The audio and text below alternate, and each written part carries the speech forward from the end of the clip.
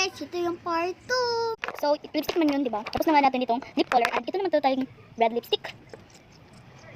So, lagyan lang natin ng ganyan lips niya. Tapos lagyan na natin itong Filkisi. Lagyan natin. Sige. Kasi magandang kulay kasi yan. Pag i-mix mo silang tatlo. Ito, tatlo. Next na nga naman pwede dito sa taas niya. Itong eyeshadow. Yung, dito ba? Dyan.